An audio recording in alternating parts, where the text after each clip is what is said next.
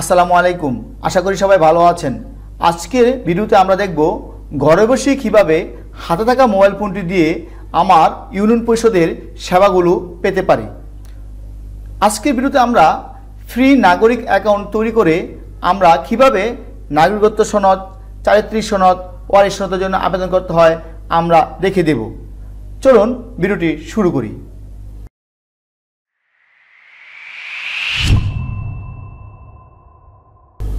শুরুতে আপনাকে একটি ব্রাউজার ওপেন করতে হবে। আমি ব্রাউজারটি ওপেন করে নিচ্ছি। ব্রাউজারের সার্চ বক্সে গিয়ে আমি টাইপ করব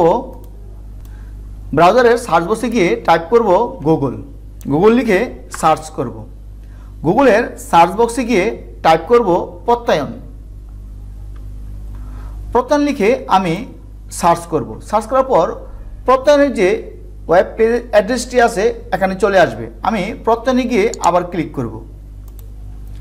ক্লিক করার পর আমাদের পেজটি চলে এসেছে। আপনার ইউনিয়নটি অনলাইনে সেবায় অন্তর্ভুক্ত আছে কিনা দেখার জন্য আপনি চলে যাবেন ইউনিয়ন আয়তাধীন, অথবা আপনার পৌরসভা হলে পৌরসভা আয়তাধীন, অথবা সিটি কর্পোরেশন হলে সিটি কর্পোরেশন আয়তাধীন। এখন আপনাকে ঠিক করতে হবে আপনি কি সিটি কর্পোরেশনে, পৌরসভা নাকি ইউনিয়নে। আপনি যদি ইউনিয়নে থাকে ইউনিয়নে ক্লিক করবেন, আর পৌরসভা হলে পৌরসভা আয়তাধীনে ক্লিক করবেন, সিটি কর্পোরেশন হলে সিটি কর্পোরেশন ক্লিক করবেন। যেহেতু আমি ইউনিয়ন থেকে আবেদন করব সেজন্য আমি ইউনিয়নে ক্লিক করছি। ক্লিক করার পর এখানে অনেকগুলো ইউনিয়ন চলে আসবে। এখন আমার ইউনিয়নটি অনলাইনে আওতাভুক্ত আছে কিনা দেখার জন্য এখন নির্বাচন করুন অপশনে ক্লিক করব। ক্লিক করার পর আমার উপজেলার নামটা এখানে লিখে দিব, ইউনিয়নের নাম উপজেলা। ক্লিক করার পর আমি এখানে ক্লিক করছি। ক্লিক করার পর এখন ইউনিয়ন দেখুন এখানে ক্লিক করব। ক্লিক করার পর আমার বন্দর উপজেলায় অনেকগুলো ইউনিয়ন রয়েছে। এর মধ্যে থেকে 2টি ইউনিয়ন অনলাইন আওতাধীন রয়েছে। এখন আমি কলাগাছি ইউনিয়ন থেকে আবেদন করব, সেজন্য আমি কলাগাছিতে ক্লিক করছি। ক্লিক করার পর আমার ইউনিয়ন থেকে আমি এই সেবাগুলো অনলাইনে পেতে পারি। অনেকগুলো সেবা এখানে রয়েছে, চারিত্রিক সনদ, অনেকগুলো সনদ এখানে রয়েছে। এখন প্রথমে আমার যে কাজটি করতে হবে এখানে একটি অ্যাকাউন্ট তৈরি করতে হবে। আজকের ভিডিওটি একটু বড় হবে, কেন আজকে আমরা একটি নাগরিক অ্যাকাউন্ট তৈরি করে আবেদন করব। পরবর্তীতে যখন আমরা আবেদন করব তখন আর নাগরিক অ্যাকাউন্ট তৈরি করা লাগবে না, অল্প সময়ের মধ্যে আমরা আবেদন করতে পারবো।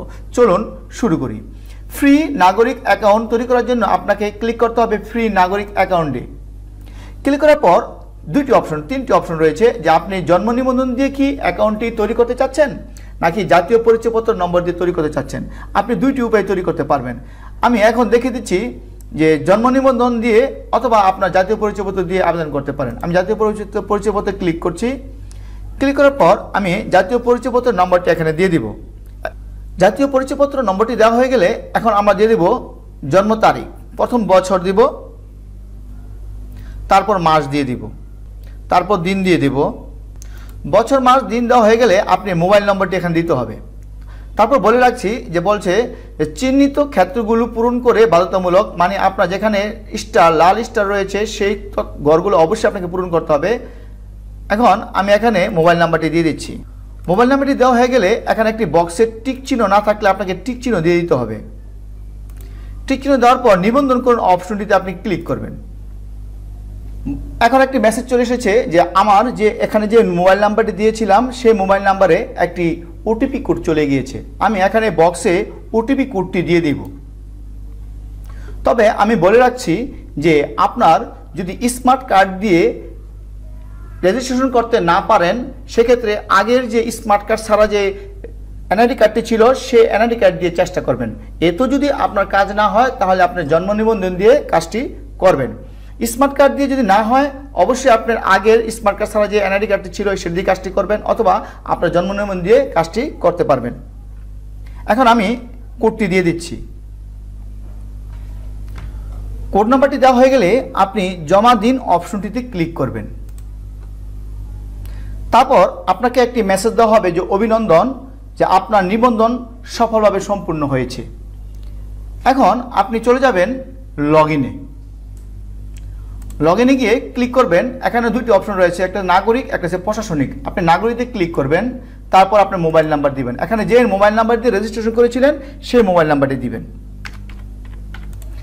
মোবাইল নাম্বারটি দেওয়া হয়ে গেলে যে আপনার মোবাইলে একটি মেসেজ দেওয়া হয়েছিল, এই মেসেজে ইউজার আইডি এবং পাসওয়ার্ড দুটোই দেওয়া হয়েছিল। আমি মেসেজটি দেখে পাসওয়ার্ডটি তুলে দিচ্ছি। মোবাইল নাম্বার, ইউজার আইডি এবং পাসওয়ার্ড এটা আমার মেসেজে চলে এসেছে। দেখে তারপর আমি টাইপ করে তারপর লগ ইনে ক্লিক করব। লগ ইনে ক্লিক করার পর একটি মেসেজ চলে আসবে যে আপনার প্রোফাইল সম্পূর্ণ করুন। এর মানে আমার প্রোফাইলটি 100% সম্পূর্ণ করতে হবে। এরপরে যখন আমরা আবেদন করব তখন আর এই প্রোফাইল চলে আসবে না, তখন আমরা খুব অল্প সময়ের মধ্যে আবেদনটি করতে পারবো। আজকের ভিডিওটি একটু বড় হবে, কারণ হচ্ছে আমরা রেজিস্ট্রেশন করে আবেদন করব। সেজন্য আমরা যদি ধৈর্য সহকারে ভিডিওটি দেখি অবশ্যই আমরা সঠিকভাবে আবেদনটি করতে পারবো।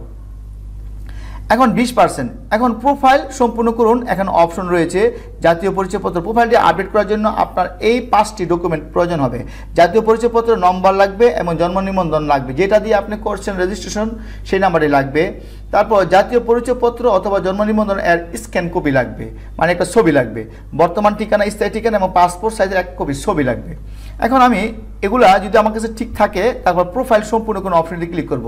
এর আগে আমার নিবন্ধন অপশনটিতে 20% প্রোফাইল সম্পূর্ণ হয়েছে।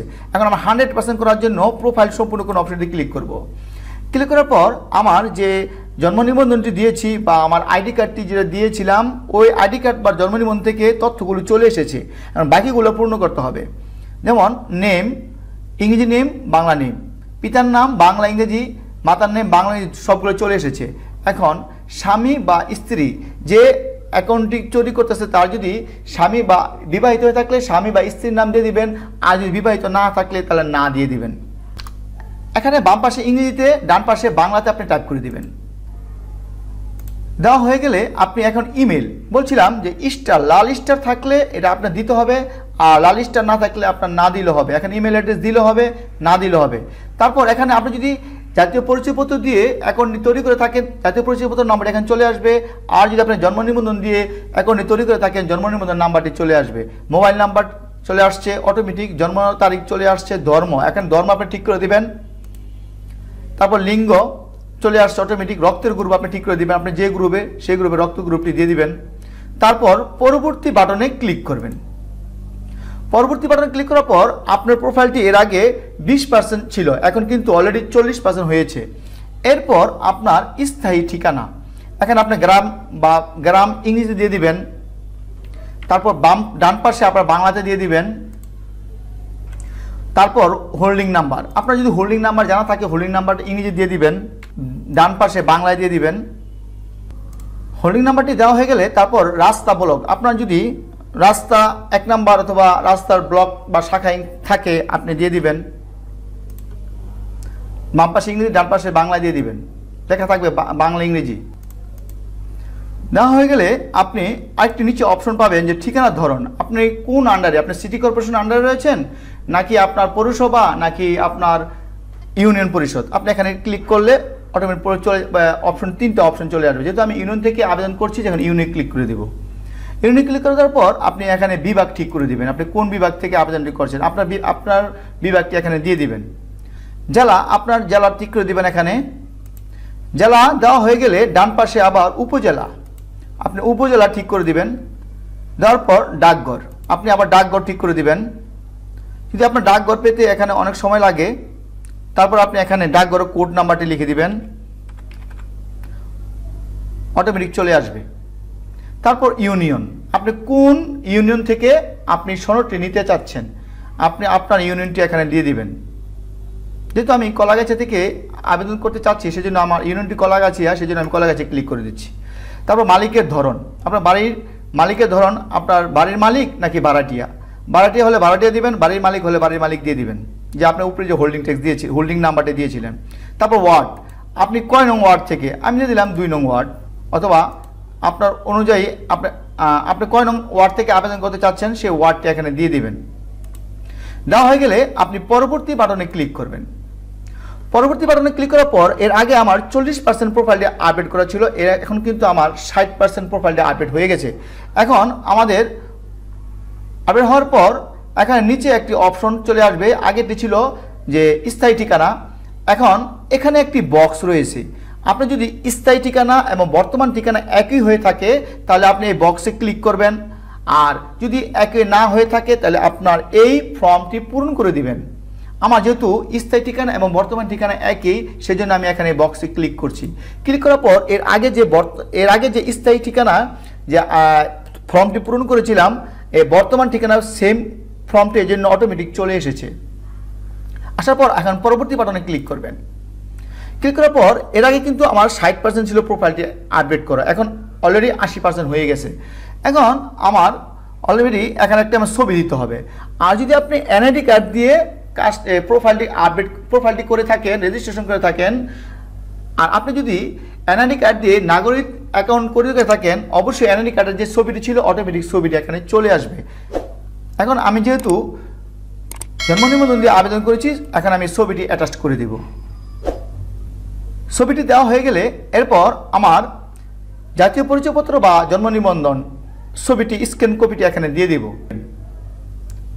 দেওয়া হয়ে গেলে আপনি সংরক্ষণ বাটনে ক্লিক করবেন।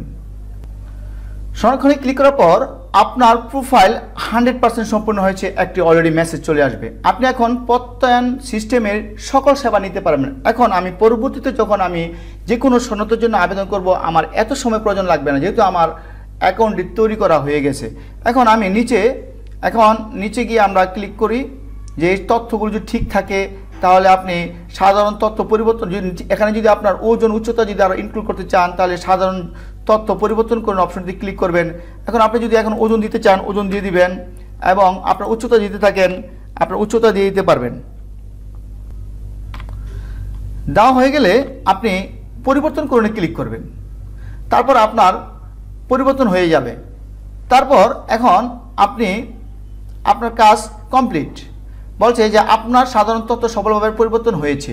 এরপর যেহেতু আমি এখন আবেদন সমূহতে ক্লিক করব। ক্লিক করার পর বলছে যে এর আগে আমার এই নাগরিক অ্যাকাউন্ট থেকে কোনো আবেদন করা হয়নি, এখানে কোনো আবেদন নেই। যদি আমি এর আগে আবেদন করে থাকি তাহলে ওখানে অবশ্যই আবেদন থাকবে।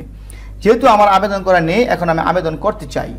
আবেদন করার জন্য আমি প্রথম পাতাতে চলে যাব, অথবা এখানে প্রথম পাতাতে চলে যাব। গিয়ে এই যে প্রোফাইলে অলরেডি আমার নাম চলে এসেছে, মানে আমার লগ ইন করা আছে। আর লগ ইন করা থাকলে আপনি নতুন করে লগ ইন করে নেবেন। এখন আমি যদি নাগরিকত্ব সনদটির জন্য আবেদন করতে চাই, যে কোনো সনদের জন্য আমি এখন আবেদন করতে পারবো। আমি এখন দেখে দিব একটি সনদ কীভাবে আবেদন করতে হয়। যেমন নাগরিকত্ব সনদের জন্য আবেদন করব, বলছে যে নাগরিকত্ব সনদ এর প্রয়োজনীয় তথ্যাদি। এখন এই নাগরিকত্ব সনদের জন্য আপনার এই তথ্যগুলো প্রয়োজন হবে। যেহেতু এর আগে আমি প্রোফাইলটি 100% কমপ্লিট করেছি, এখন আমি আবেদন করব। আর যদি আমি প্রোফাইল কমপ্লিট না করে থাকি তাহলে অবশ্যই আমাকে প্রোফাইল কমপ্লিট করে আবেদন করতে হবে। এখন আবেদন করুন অপশনটি আমি ক্লিক করছি। ক্লিক করার পর ওই যে আমি কিছুক্ষণ আগে যে প্রোফাইলটি আপডেট করেছিলাম, পরিবর্তন করেছিলাম, ওই তথ্য থেকে এখানে অলরেডি চলে এসেছে যে আমার প্রোফাইল থেকে ডাটাগুলো চলে এসেছে। এখন এখান থেকে যদি আমি কিছু পরিবর্তন করতে চাই তাহলে প্রয়োজনে পরিবর্তন করতে পারবো, অথবা যদি না সব কিছু ঠিকঠাক আছে তাহলে আমি সব ঠিক আছে ক্লিক করব। ক্লিক করার পর বলছে যে আপনি নাগরিকত্ব সনদটা যে নেবেন, বাংলা নিলে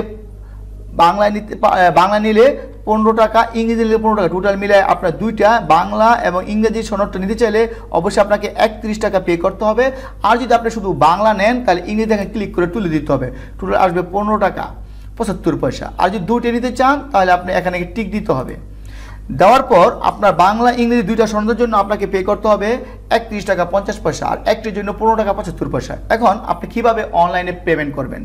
অনলাইনে পেমেন্টের জন্য আপনি দুইটি ওয়ে পাবেন, একটা হচ্ছে ব্যাংকের মাধ্যমে, একটা হচ্ছে ইপে, আপনার মোবাইল ব্যাংকিংয়ের মাধ্যমে। যেহেতু আমি মোবাইল ব্যাংকিংয়ের মাধ্যমে টাকা পরিশোধ করতে চাচ্ছি সেজন্য আমি ইপেতে ক্লিক করব। ইপেতে ক্লিক করার পর এখন ডান পাশে চলে আসবে পরিশোধ করুন অপশন। আমি এখন পরিশোধ করুন অপশনটিতে ক্লিক করব। ক্লিক করার পর এখানে অনেকগুলো মোবাইল ব্যাংকিং চলে আসবে, বিকাশ, নগদ, উপায়, রকেট, এগুলো চলে আসবে। আপনার যেটা দিয়ে আপনি টাকাটা পরিশোধ করতে চাচ্ছেন সেখানে আপনি ক্লিক করবেন। যেহেতু আমি বিকাশের মাধ্যমে টাকা পরিশোধ করবো সেজন্য বিকাশে ক্লিক করব। ক্লিক করার পর নিচে লেখা আছে পে 31 টাকা 50 পয়সা, আমি ক্লিক করব। এই ক্লিক করার আগে আপনাকে অবশ্যই এই বক্সে একটি টিক চিহ্ন দিতে হবে, টিক চিহ্ন দিয়ে আপনাকে ক্লিক করতে হবে। এরপর আপনার এখানে যে নাম্বার দিয়ে টাকাটি পরিশোধ করতে চাচ্ছেন সেই নাম্বারটি এখানে দিয়ে দিবেন। তারপর কনফার্মে ক্লিক করবেন। তারপর আপনার এই নাম্বারে একটি ওটিপি কোড ভেরিফিকেশন কোড চলে যাবে। এখানে ভেরিফিকেশন কোডটি আপনার দিয়ে দিবেন। ভেরিফিকেশন কোডটি দেওয়া হয়ে গেলে কনফার্মে ক্লিক করবেন। তারপর আপনার বিকাশের পিন নাম্বারটি দিয়ে দিবেন। দেওয়া হয়ে গেলে কনফার্মে ক্লিক করবেন। কনফার্মে ক্লিক করার পর পেমেন্ট সফল, এর মানে আমার একটি ট্র্যাকিং নাম্বার চলে এসেছে। আর এখানে একটি ট্র্যাকিং নাম্বার চলে এসেছে। এখন বলছে যে আপনি প্রিন্ট করুন। আপনি এখানে একটি প্রিন্ট করুন। প্রিন্ট করুন অপশনটিতে ক্লিক করবেন। আপনি কোন কোন কাগজ নিয়ে আপনার ইউনিয়ন পরিষদে চলে যাবেন? একটি হচ্ছে যে আপনার আবেদন, মানে পেমেন্ট ট্র্যাকিং নাম্বার যে কাগজটি রয়েছে, যে প্রিন্ট করা যে কপিটি পাবেন সেই কপিটি নিয়ে যাবেন। দ্বিতীয়ত হোল্ডিং ট্যাক্স নিয়ে যাবেন। এনআইডি কার্ড দিয়ে যদি আবেদন করে থাকেন এনআইডি কার্ডের কপি নিয়ে যাবেন, অথবা জন্ম নিবন্ধন দিয়ে আবেদন করলে জন্ম নিবন্ধন নিয়ে যাবেন। এবং আপনি যে বিকাশে পেমেন্ট করেছেন পেমেন্টের একটি স্লিপ দিয়েছে, স্লিপটির সাথে নিয়ে যাবেন। এই 4টি ডকুমেন্টস নিয়ে গেলে আশা করি একদিনে আপনার সনদটি পেয়ে যাবেন। ভিউয়ার্স, ভিডিওটি যদি ভালো লেগে থাকে তাহলে অবশ্যই একটি লাইক দিবেন এবং চ্যানেলের পাশে থাকার জন্য চ্যানেলটিকে সাবস্ক্রাইব করবেন। সবাই ভালো থাকুন, সুস্থ থাকুন, আল্লাহ হাফেজ।